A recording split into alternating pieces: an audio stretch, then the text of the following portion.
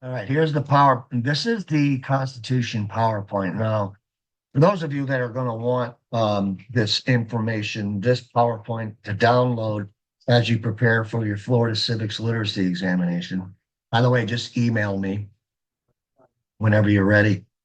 Whatever semester it is, it's no problem. I'll send it all to you. And all of this, you're starting with the Constitution. If you browse through it, you had to prepare this, when you took your second test and principles of the Constitution, so on and so forth. Um, this how the legislative branch is formed and the three-fifths, all of that. You can review it to prepare for this test. So, but we're going to focus on what is known as the Electoral College. I'm sure all of this, candidate has so many electoral votes. So what exactly are you voting for? You're voting for electors. You directly vote, popular vote for your members of the House of Representatives, and you directly vote, popular vote for members of the Senate.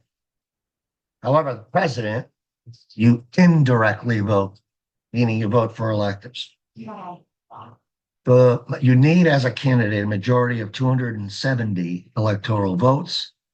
There is a flaw in this process, and I will go over it with you. Question is, why was it created in the first place? Because the framers of the Constitution, or you want to follow them, our forefathers, questioned whether uniformed citizens would select an adequate leader.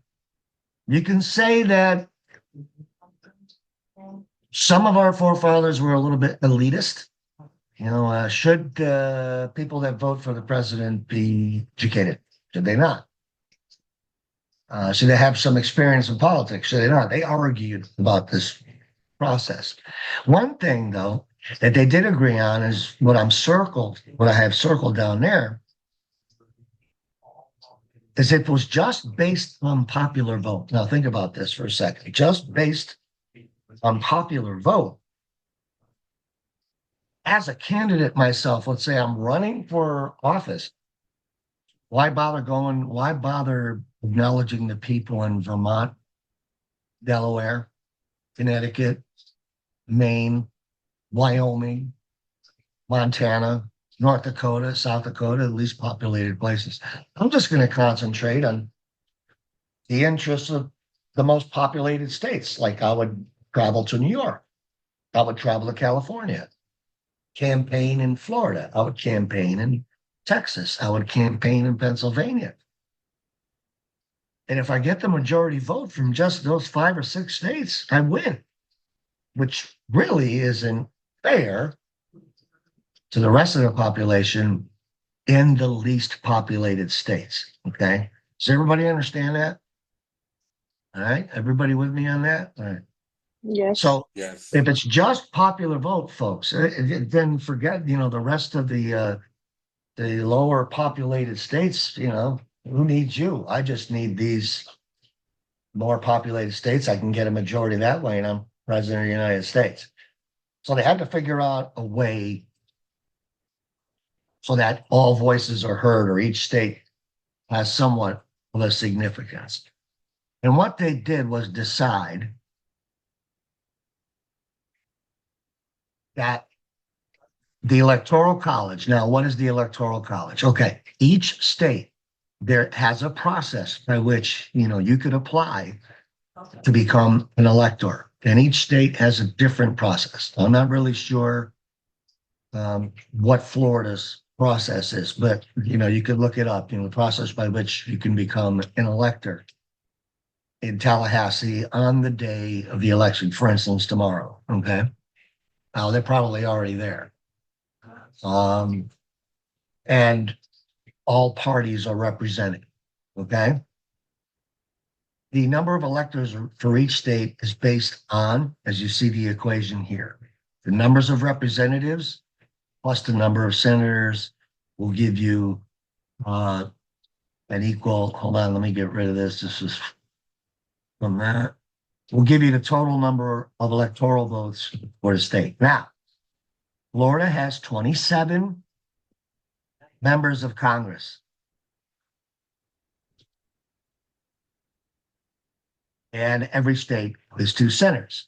So 27 plus 2, Florida has 29 electors. Each state is different. It's based on the population. Florida is very populated. There are 27 districts. So you have congressmen and congresswomen that run for office and represent those districts in Washington, D.C., right? And each state has 2 senators. So once again, that's 27 plus 2 is 29 for the state of Florida. All right. All total, 29 plus California's 36, so on and so forth. 50 plus 3. Washington, D.C. has its own little entity. There's 3 electoral votes from Washington, D.C. So the 50 state electors plus the 3, 538. Okay. That's why a candidate will need 270 to win. Okay. Each state has its own electors. Florida has 29. I think California has 36, so on and so forth, et cetera, et cetera. All total, there are 538 electors. And you need 270, or tomorrow, you'll see whoever hits 270 first, whether it finishes tomorrow or Wednesday, 270, and the candidate wins the election. So this is how it works, okay? All right. Tomorrow, or if you haven't already, have any of you voted early? How many of you have voted early? I've already voted. Ben, Caroline, Latoya, anybody else? I did. Oh, Cameron. Okay, Cameron. So we have 4 of you. Cameron, Ben, Caroline, and Katoya. Okay. So when those votes are going to start being counted, and tomorrow people are going to be voting in person. All right. This is what's going to happen. Okay. Here we go. Let's say this is hypothetical. Obviously, I'm going to use smaller numbers because I don't want to get into the millions. All right. But let's say Trump, we'll just throw a number out there, 500,000 votes. Okay. And Harris gets 300,000. We'll do the old red blue thing here.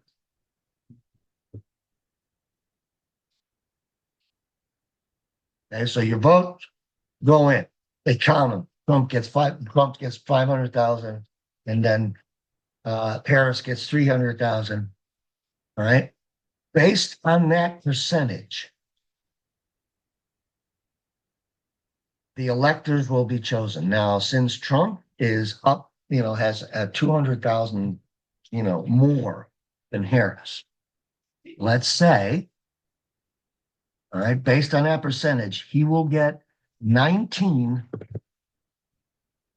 Republican electors because he had 500,000 votes. So then, because it's 29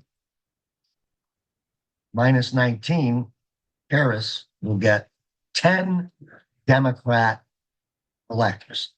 So 19-10. Now, this is going to be the 60th election. So the 59 previous elections, for the most part, except for 5 elections. So 54 elections before us, before this election, the electors voted along party lines. So tomorrow, this happens, all 19 stick loyal to the party, vote for Trump. So he's got 19. All the Democratic electors stay loyal to the party, 10. 19 to 10 stays that way. Now, it's winner take all in the state of Florida. So Trump would get all 29.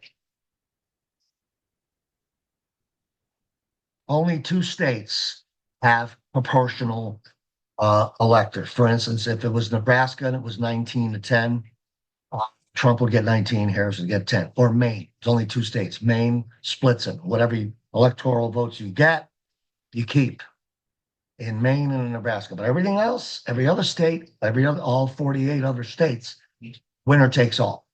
So if it stays this way and everyone remains loyal to their party and they vote 19-10, and Trump gets all 29. Vice versa. Work that way. So 29 would go. That's why it's important. California is big. Texas is a big state. Pennsylvania. That's why they go. And then they have some of these battleground states where there's, they call them battleground because they can go either way, but they can decide the election because they're somewhere in the middle, like 11. Georgia might have 11 or 12. Wisconsin, 11 or 12 electoral votes. And it's key to win those as well as winning, California and Florida. Usually California goes Democrat and Florida has been Republican for a long time, since George W. Bush. Now here's where the 5 elections I mentioned before went the other way, where a candidate actually won popular vote but lost in the Electoral College. Now, let's go through this scenario one more time, okay?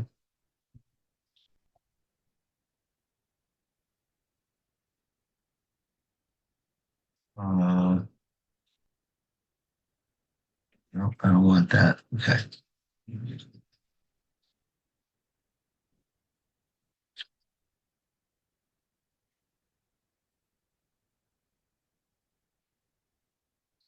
Hold on just 1 minute. Okay.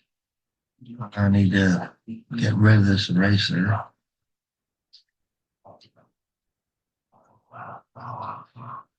All right, let's say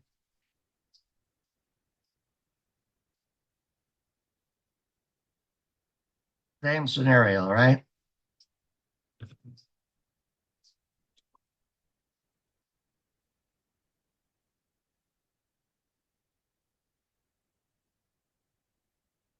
Okay, same scenario. 500,000 to 300,000. All right. So Trump gets 19, Republican, and Harris will get the other 10, making the 29. So it's 19-10. This is what has happened in the past. Those were 6 of those Republican electors decide, you know what? I'm voting for Kamala. It has happened. These particular Republicans that chose, maybe they don't agree with Trump's policies, or they're having second thoughts, and maybe because of the campaign they change their minds. It happens. People do vote for the opposing party depending on the circumstances. So wow, he's supposed to have 19 Republicans, but 6 defect. They decide they're going to vote Democrat. And then Trump he loses 6. So he went from 19, 13 are going to vote, 13 are going to vote Republican. The other 6 are going to go to Kamala Harris. She now has 16. So you see there, she lost the popular vote. But because 6 Republican electors said, I'm not voting for him, I'm voting for Kamala, she gets 16. Trump gets 13 of the votes, and all 29 go to Kamala, and she wins the state of Florida. Okay, so that's pretty much how it works. And that's what but if everybody, for the most part, like I said, in 54 elections tomorrow will be the 60th. So in 54 of the 59, it pretty much went that way. So, but in 5, it flipped the other way. So that's how it works. So, essentially you're choosing the electors, and if they stick, 48 states are winner take all. You see there's 55 in California. So, you can see important 20 here, Michigan 16, Wisconsin 10, Georgia 16. That's why, and Arizona is another you want to win, you as well as winning California or Florida, you want to win. Yeah, and New York here at 29. So New York and Florida have the same amount of electoral votes based on population. And like I said before, only Nebraska and Maine proportional system, meaning whatever, if it's 1910, they're 19, in what's Nebraska's 5 and Maine is 3. So that's, however those are split, the candidate keeps those electoral votes. In the other state, it's winner take all. Here are the 5 elections where the candidate won the popular vote but lost in the Electoral College. Andrew Jackson in 1824, Rutherford Hayes in 1876, Grover Cleveland and Benjamin Harrison in 1888, Gore Bush 2000, and Trump, and actually Hillary Clinton had won the popular vote, but the Electoral College favored a lot of electors that were Democrat didn't care for Hillary and voted for Trump, and that's how that happened. So, is everybody good? Does everybody understand? Maybe you've heard this before, but this way when you go into tomorrow, explain it to people that don't understand how it works. But that's how it works. Is everybody good? Everybody understand? Yes, sir. All right. Maybe hopefully you learn, something new today. Now I'm going to take attendance. Like I said, once I take attendance, you're welcome to stay with me and watch the documentary that features Kamala Harris and Donald Trump, or you're free to leave and do your thing, and we'll see you again. We'll return back to our normally scheduled program on Wednesday. Okay. Just wanted to take the time. Very important, obviously, presidential election. History will be made tomorrow. Either way, if Trump wins, he'll be the second president to serve 2 non-consecutive terms. Grover Cleveland was the first to be president, lose, and then come back. Trump could be the second president, lose, and come back. And of course, the significance of Kamala Harris, the first female president in U.S. history. So, either way, history will be made tomorrow. All right, so let me take attendance. Alejandro, Amy, Autumn, Ben, Braden, Cameron, Carl, Caroline. Is it Caroline or Carolyn? Let me sure. It's Caroline. Caroline. Okay, thank you. Dexter, Anya, Isaac.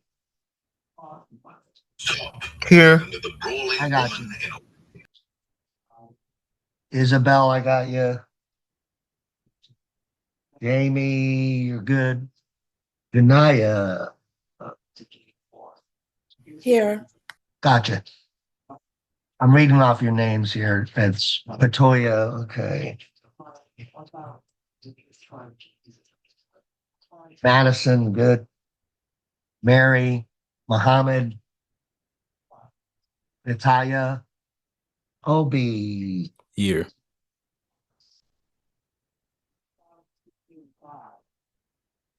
Pamela, gotcha. Patricia, Here.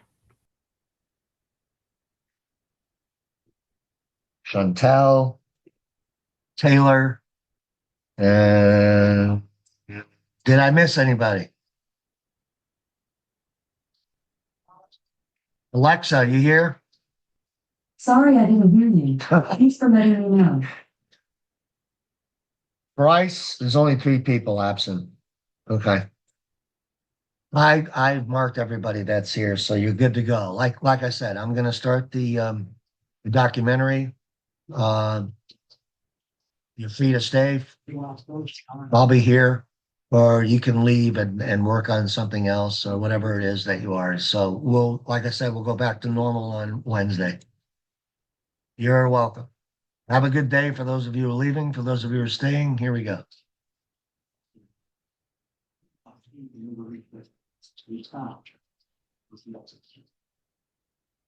I fast forwarded. It's a long one. It's almost 2 hours. So I've narrowed it down to about the critical 48 minutes that most of the other are Trump and Harris's upbringing, where they went to school, what their childhood was like. I wanted to focus on their experiences as political leaders. So here we go. The 2016 presidential race is underway. What's expected to be a very crowded race for the GOP nomination. More than a dozen GOP. As Donald Trump had been preparing to run for president, he made an unexpected alliance. Mr. Trump said to me, I don't like the way this country's going. He said, I'm thinking about running for president. He said, what do you think? Trump had watched televangelist Pastor Paula White as she led a massive following of true believers. Guess what? I'm back! She has a very substantial following. She's an attractive person and an articulate person. And Trump is very heavily shaped by television. I'm back, devil! He really likes television, and he thinks in television terms. Pastor Paula used television to become rich and powerful. The principle I teach that find your passion in life and figure out a way to make money. Just simply call that toll-free number. Don't delay, don't wait. Trump wanted her help selling himself to evangelicals. He called up. He said, Paula, he said, I'm going for it. I said, yes, sir. He said, I'll be president and you're going to be the faith director. So today we pray for Donald Trump. Yes. We pray for his family. Then I began to introduce him to people. Because of your love of Donald Trump, the Lord bless you and keep you. Yes. He knows that I don't play when it comes to things of God. I secure his children. I secure his calling and his mantle in Jesus' name. Amen. Amen. I tell him you wear a mantle that you don't fully understand. He receives that and takes that in. He trusts me. He trusts my voice. You see, I don't believe anything's coincidence. I believe there is such a thing as destiny. And I believe that God will raise up a man for such a time as this. Trump was embraced by the crowds, telling them what they wanted to hear. Donald?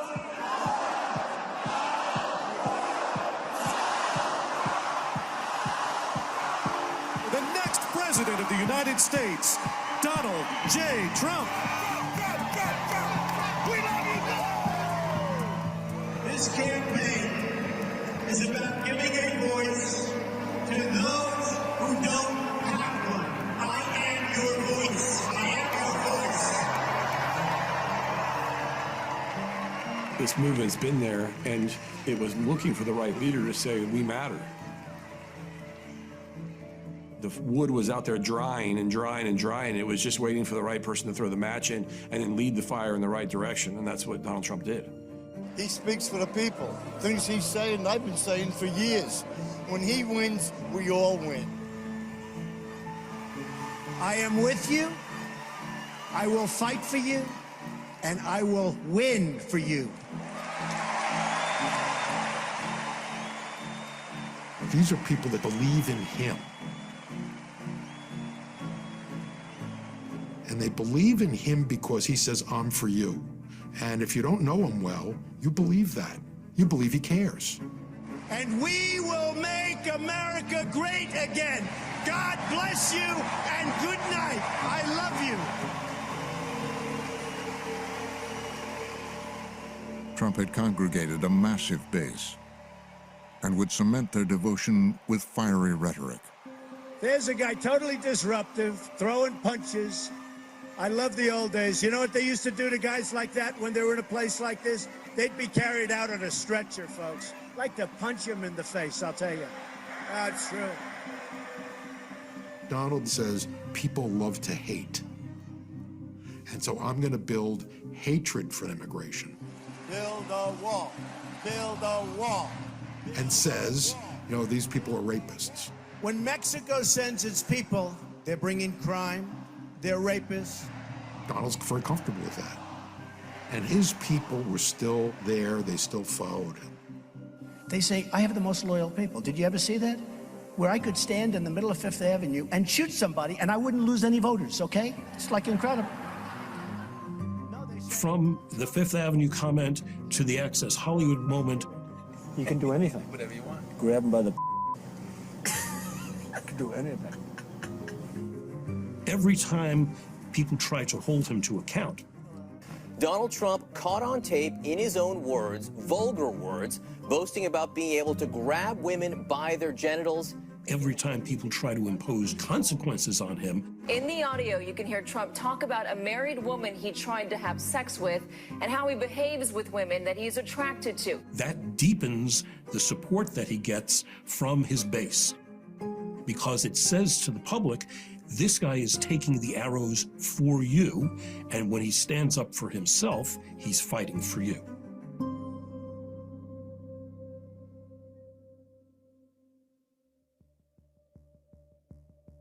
In 2016, Kamala Harris was making her first run on the national stage for the United States Senate. She was very quick to jump into the race.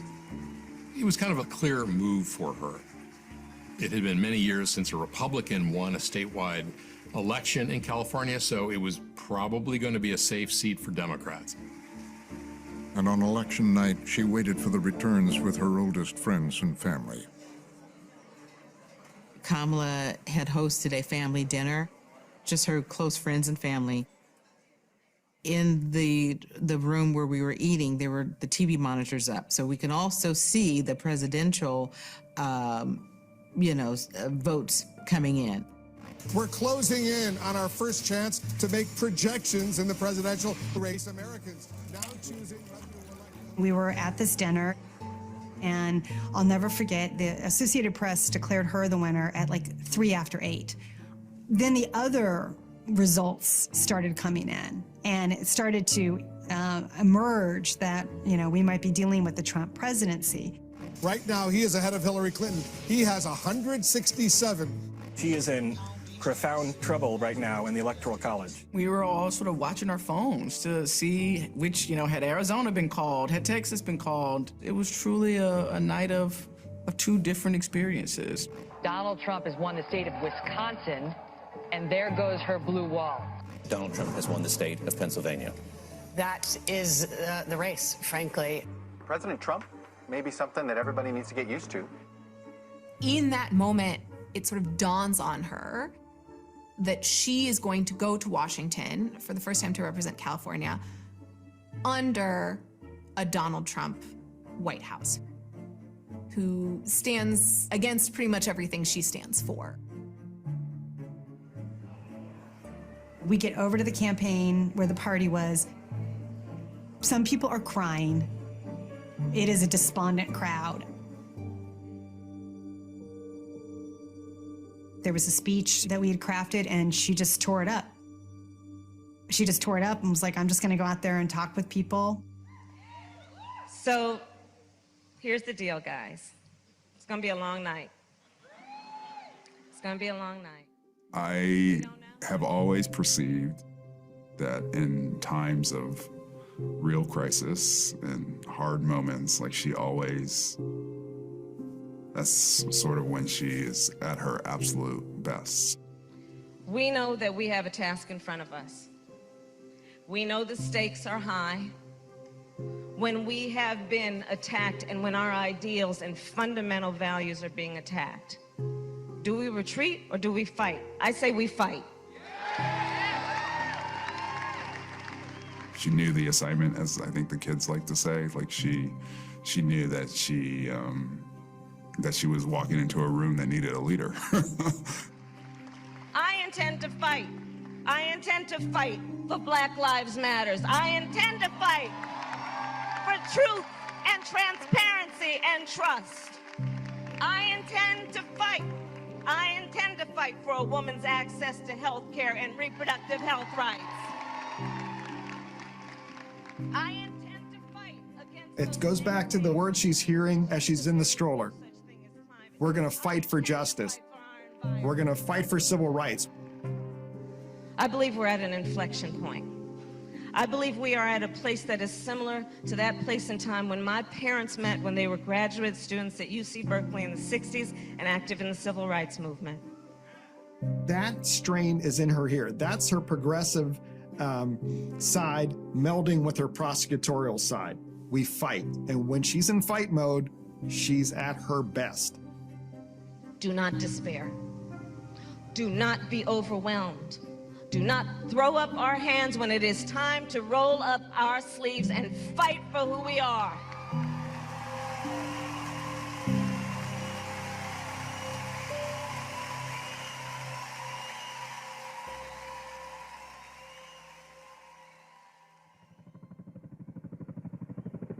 Donald Trump goes from being the candidate to the leader. A textbook case of disruption coming to Washington. Donald Trump had won the biggest contest of them all, the presidency. He looks at the presidency as a show. Remember, he was a host of a reality show for 14 years. He even says that to his aides. Think of every day as another half-hour episode in this show. So how do we get attention? Now arrives the hour of action. Chaos, confusion, and anger growing in the wake of President Trump's immigration ban. Stops all entry from some predominantly Muslim nations. We want our country to be a sanctuary for law-abiding Americans, not criminal aliens. The growing outrage over families being separated at the border. Showcasing unbelievable cruelty on the part of the U.S. government. To me, it just felt like continuing chaos. North Korea will be met with fire and fury like the world has never seen. There was no effort to say, what are the priorities here? And I think he makes decisions quickly and can change them very quickly, too. And sometimes to be 180 degrees of what he had decided just a few hours before. That you may have I'm not concerned about anything with the Russian investigation because it's a hoax. That's enough. Put down the mic. Mr. President, are you worried about indictments coming down? You see the same tools that he's always used to defend himself. Russian collusion. Give me a break. Which is go on the attack the investigators. President Trump now facing outrage after firing Comey. I did you a great favor when I fired this guy. It's very much the Roy Cohn message. Just counterpunch no matter what. I mean, and from the start, he always hits as hard as he possibly can and harder than he's been hit if he can. Jews will not replace mayhem in Charlottesville. But you also had people that were very fine people on both sides. I see Charlottesville as very much of a piece with his lunge into the birtherism nonsense about Obama. I think there's blame on both sides, and I have no doubt about it, and you don't have any doubt about it either. It's a way of using race to cement his relationship with his base. What he's trying to do is make America hate again. It happens over and over again where people say, oh my gosh, this is it. No president can survive this. Quite the opposite. Donald Trump will prove at this moment and many others to come that nothing defeats him. Dramatic end to a nearly 5-month war with Democrats. President Trump has been acquitted in his impeachment trial. Impeachment is finally over. President Trump acquitted by U.S. Senate. Thank you very much, everybody. Thank you. Thank you very much. It was a presidency marked by constant fighting to control the Republican Party, transform the Supreme Court, and hold on to power. By February of 2020, you see Trump's popularity skyrocket. We come into a poll, and I show him the Oval, and he was winning in a landslide. He had a battle map that no one had seen since Reagan. That is February of 2020. And I remember going home that night and seeing the pictures coming out of China and Italy and other places of COVID. The growing worries and response to the deadly coronavirus. Wuhan, China, that's the epicenter of this. 3 cities now under lockdown in China. And I started scratching my head, and I was like, this thing could take all of this down. Trump would fight COVID the Trump way. He immediately turned to what he knew best, which is the rules of Trump, the way he's always done business. So he puts himself at the center. President Trump taking to the White House briefing room, surrounded by his daily briefings. We're ready for it. It is what it is. We're ready for it. You have 15 people, and the 15 within a couple of days is going to be down to close to 0. What he learned in terms of coping with his parents, what he learned in New York real estate, what he learned from Roy Cohn is I can manufacture and get a very large people to believe my truth. We have done an incredible job. We're going to continue. It's going to disappear. One day, it's like a miracle. It will disappear. And we're prepared, and we're doing a great job with it, and it will go away. Just stay calm. And again, this is going away. This is going away. But this is a crisis that his 45, 50-year skill set, the Roy Cohn playbook, doesn't work with this crisis because it's scientific. It's fact-based science. What do you say to Americans who are upset with you over the way you downplayed this crisis over the last couple of months? What do you say to Americans who believe that you got this wrong? And I do want them to stay calm, and we are doing a great job. If you look at those individual statements, they're all true. Stay calm. It will go away. You know it is going away, and it will go away, and we're going to have a great victory. I knew it was really bad. Within a few months, his polling was in the bucket. My last throw myself onto the hot coals was, we're losing, and we're losing because of how we're handling COVID. We were wrong on our framing of what we were doing on COVID. The on-stage presentations from Trump were being wrong.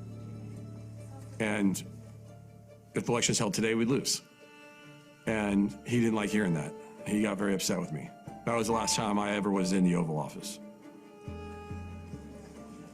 His reaction to COVID totally fits his playbook for all the other crises that he not only waged and waded through, but triumphed over. It's just that this one is so undeniable. People are dying. What do you say to Americans who are watching you right now who are scared? I say that you're a terrible reporter. That's what I say.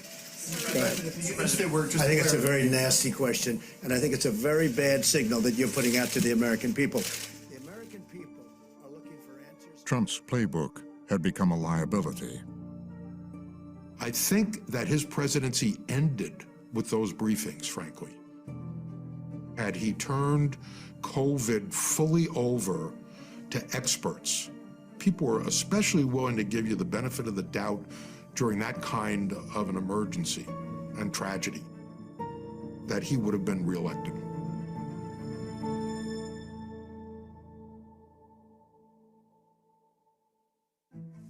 Did you have any communication with any Russian businessmen or any Russian nationals? I don't believe I had any conversation with a Russian. The Senate confirmation hearings of Donald Trump's cabinet members in 2017 is a moment where we really get to see that fight that she promised on election night in practice. So I need to be correct as best I can. I do want you to be and honest. I'm not able to be rushed this fast. It makes me nervous. Are you aware of the skills of being a prosecutor come out in a way that make it a huge asset to her when she's on the national stage and she's grilling Jeff Sessions or she's grilling Brett Kavanaugh? Can you think of any laws that give government the power to make decisions about the male body? To see her wearing out those witnesses as a woman of color and as someone who's sat through a lot of hearings, it was energizing. It was encouraging. I would like to know the person you're thinking of, because what if there's... I think you're thinking of someone and you don't want to tell us.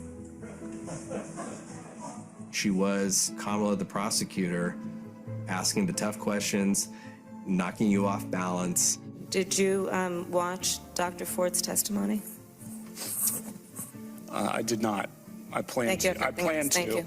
I plan to, but I did not. That's part of what propelled her to national recognition during her time in the Senate. Attorney General Barr, has the president or anyone at the White House ever asked or suggested that you open an investigation of anyone? I wouldn't. Yes or no? They have not asked me to open an investigation, but Perhaps they've suggested, I don't know. I wouldn't say suggest. hinted, I don't know.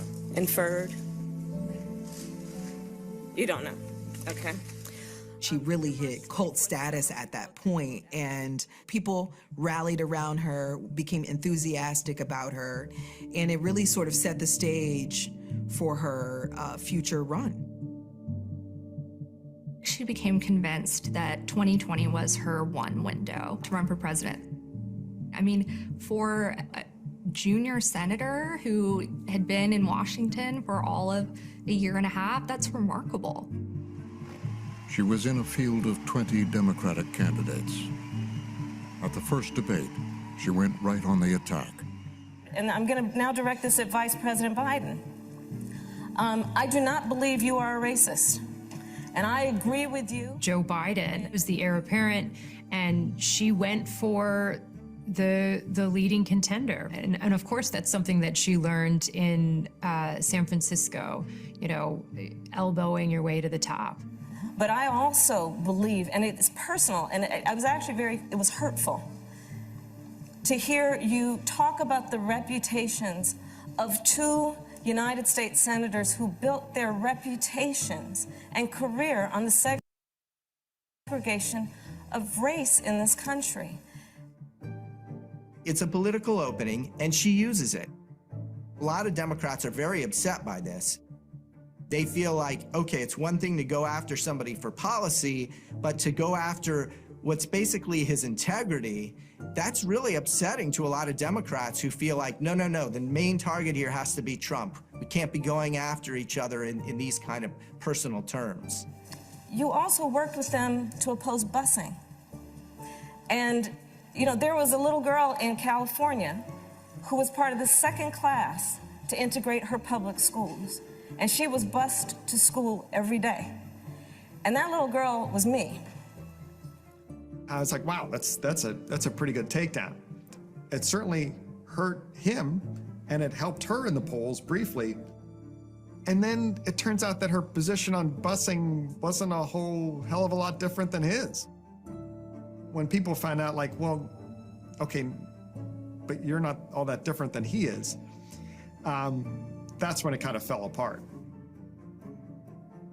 Her campaign was kind of floundering. People started to say, okay, well, what does she actually feel about issues? What is her actual agenda as president? It was entirely unclear. For all the excitement she has, it starts to fizzle because she fundamentally does have trouble defining herself. She's not an ideological person, and in a primary campaign, people want to know what your ideology is because you're choosing among Democrats. So, you know, everybody knows Bernie Sanders stands here, Elizabeth Warren stands here, Biden stands here, Pete Buttigieg stands here. Where is she? And they don't know. And she doesn't do a good job of defining that, and she seems to be unsure of where she is. The campaign collapsed even before the first caucus in Iowa. It was a huge disappointment because she's not a quitter, she's a fighter. That may have been the only race of any kind that I know of that she did not finish and did not win. Then a stunning lifeline from the most unlikely person. My fellow Americans, now let me introduce to you your next Vice President of the United States, Kamala Harris. Kamala? One of the themes of Biden's campaign is that America needs to mend its wounds. America can't be caught up in grievances. You could see that as an advantage for Harris. Somebody whose biggest political moment in the campaign was a direct hit on him, and he chooses her and says, look, we can get over this. I am incredibly honored by this responsibility, and I'm ready to get to work. I am ready to get to work.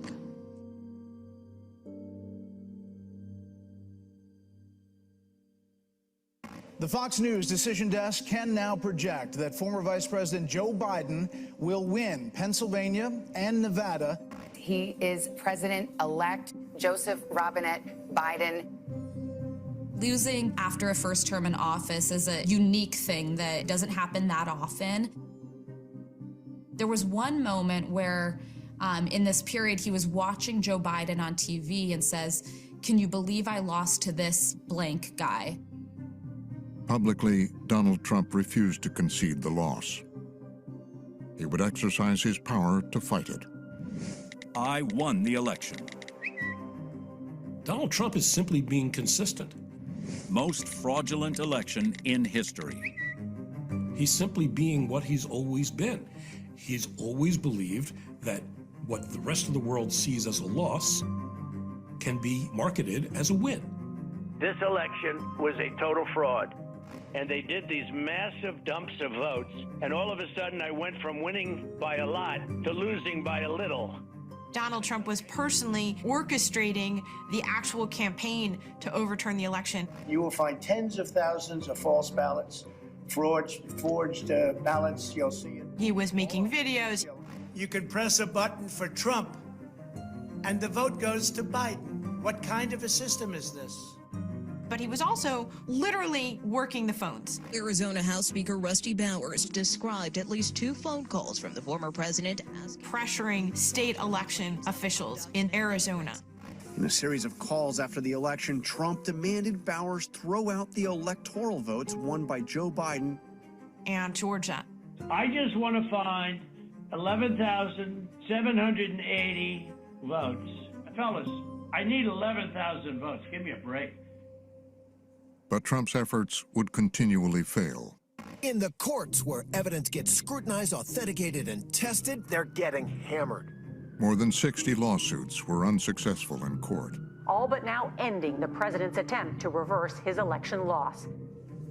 Even many of his senior staff told him the claims had no merit, including his own attorney general. He was told time and time again that he did not win the election. Not by Democrats, not by the media, but by his own people. Unwilling to accept defeat, he made one final attempt. People told him, "You're going to have a second bite of the apple on January 6th. That was a date by which the Congress is going to vote to certify what the state electors did. Donald Trump issued a tweet saying, "All of my supporters, come to Washington for this rally on January 6th. Statistically impossible to have lost the 2020 election. Big protest in D.C. on January 6th. Be there. We'll be wild." Will be wild. He wanted a show of force to come to Washington and to try to block the certification of Congress. And we fight. We fight like hell. And if you don't fight like hell, you're not going to have a country anymore. He wanted, in whatever way he could, to empower people to disrupt Congress. And if that resulted in violence, he obviously was prepared to let that happen.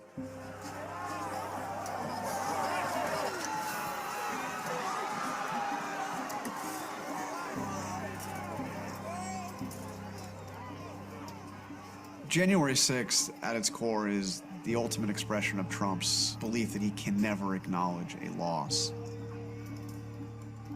You can't lose because you appear to be a loser, and then people won't follow you. It's this very simplistic thing, but it's like that is the motto of Trump's life. He watched these people sacking the U.S. Capitol, overrunning police, beating them with the American flag.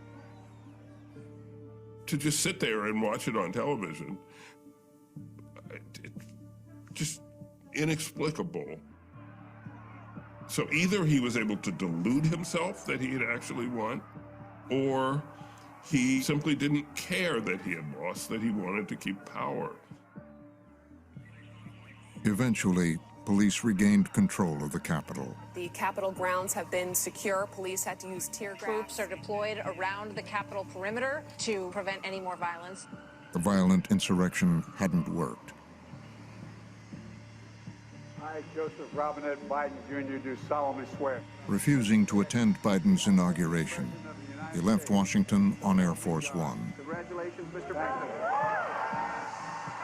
There's a certain Napoleon element to Donald Trump's evacuation from Washington to his private club in Palm Beach. It's almost like he's returning to nurse his wounds and continue to live in that alternate reality where he won the election, it was unfairly taken from him, and he's still the president. Trump is not a defeated, vanquished president, as he sees it. Mar-a-Lago at this point is Elba. This is where he has gone to live his exile and plot his return. He's plotting his comeback.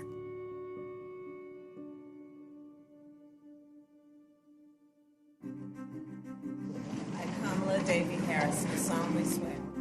Kamala Harris entered the vice presidency with high expectations. So help me God. So help me God. But she was still new to the ways of Washington.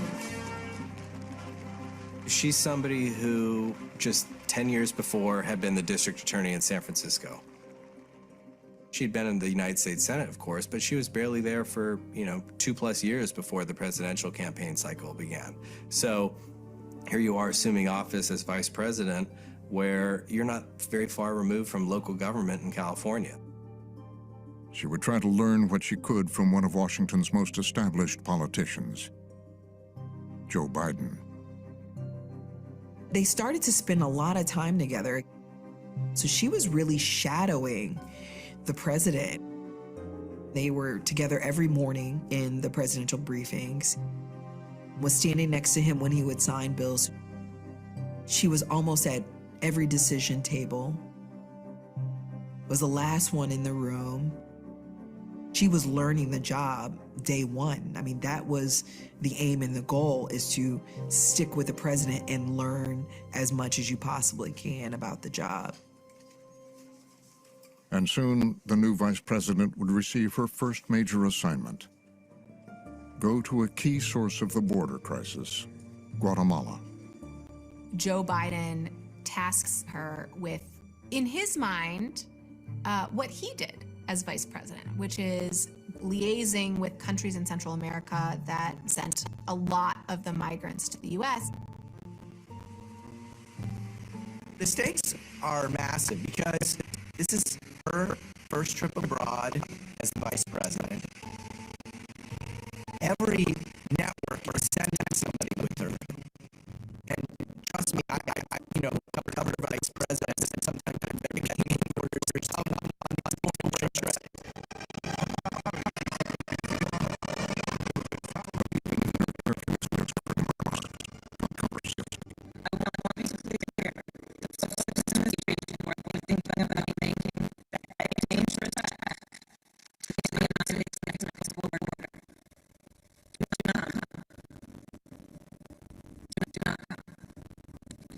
The United States will continue to enforce our laws and secure our border. She was a huge advocate of immigrant rights. She, is the child of 2 immigrants.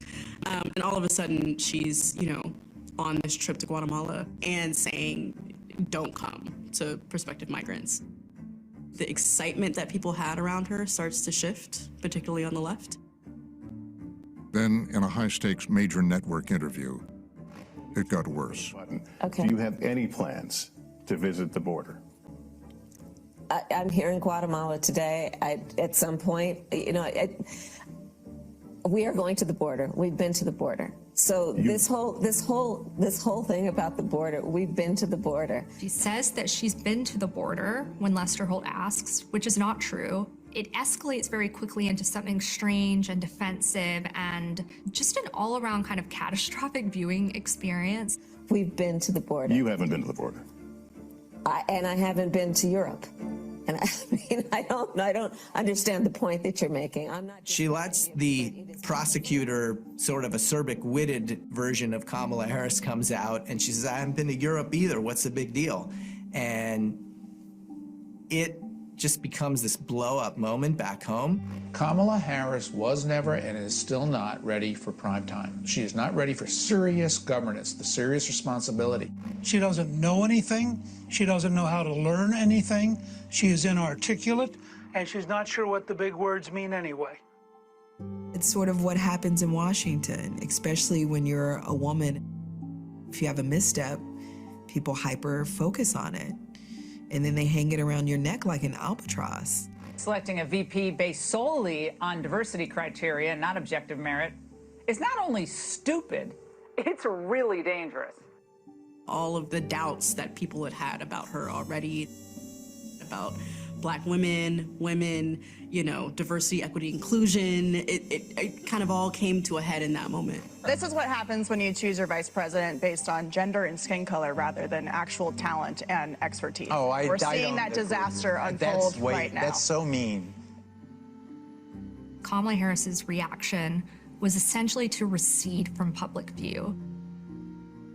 For the rest of that year, you see this risk aversion coming into play pretty prominently. It was a quite expansive darkness. She was very concerned that she was going to jeopardize the success of the administration if she continued to put herself out there publicly. Out of the spotlight, Harris fought to revive her political career. She's not ever going to be the kind of lofty orator that some people want her to be, but she's learned how to find her strengths, you know, how to gravitate toward the things where she's really good and do more of them. It is good to be back in South Carolina. Retail politics. Small groups in small towns all over America. I saw her getting much more comfortable on the stump. She was exactly where she needed to be, out of the Beltway and in the country. You see her recalibrating, trying to learn from her mistakes. You want to be as precise and as targeted in your comeback as you can be. And when an issue of national importance arrived, she was primed to jump back into the fray. Tonight, the unprecedented leak. The Supreme Court appears poised to overturn Roe versus Wade. The Supreme Court has privately voted to strike down the landmark Roe versus Wade decision from 49 years ago. The day the Dobbs decision leaked was a very intense day. At the same time, we had a speech that she had to give at Emily's List, which is an organization to help Democratic women get elected into office. Please have a seat. Good evening. It was another opportunity where she ripped up her planned speech, started from scratch, and just spoke from her heart. Well, we say, how dare they? How dare they tell a woman what she can do and cannot do with her own body? How dare they? How dare they try to stop her from determining her own future? How dare they try to deny women their rights and their freedoms? She completely came into her own. But more than anything, she was talking about something and this really animates her more than anything, that has a profound effect on people across the United States, in this case, women. And she's ultimately a fighter, and when she gets in fighting mode, watch out. So to all here I say, let us fight for our country with everything we have got. God bless you and God bless America.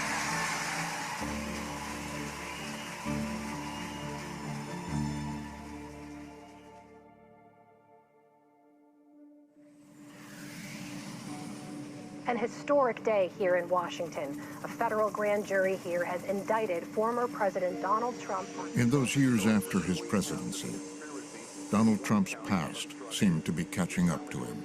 He will now head to appear in federal court for the arraignment. And this was not quite the return to Washington this former president had envisioned for himself. In Georgia and Washington, D.C., charged with felonies for his attempts to overturn the election.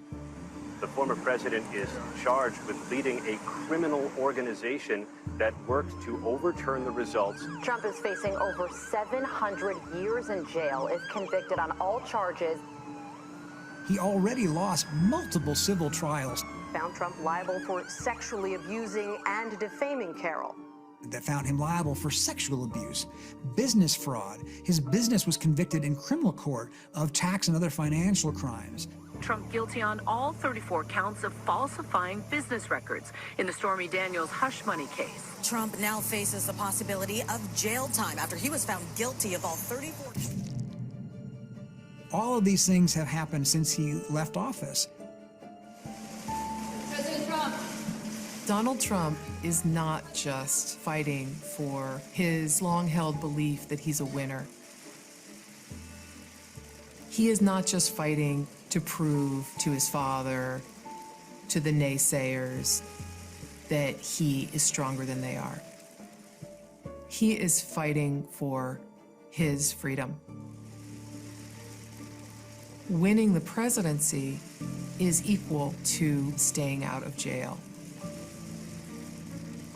And so there is nothing more important to him.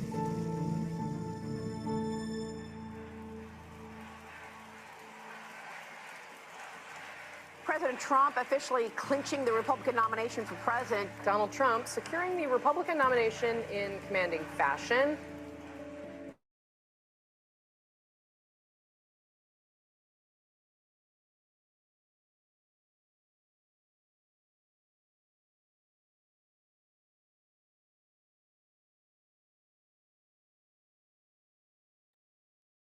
Okay, thank you for sticking around. I really appreciate it. The other class, not so many people stuck around. You can watch the rest of that on YouTube. If you want the link, just let me know. I'll send you the whole thing. But have a great day, and we'll see you on Wednesday.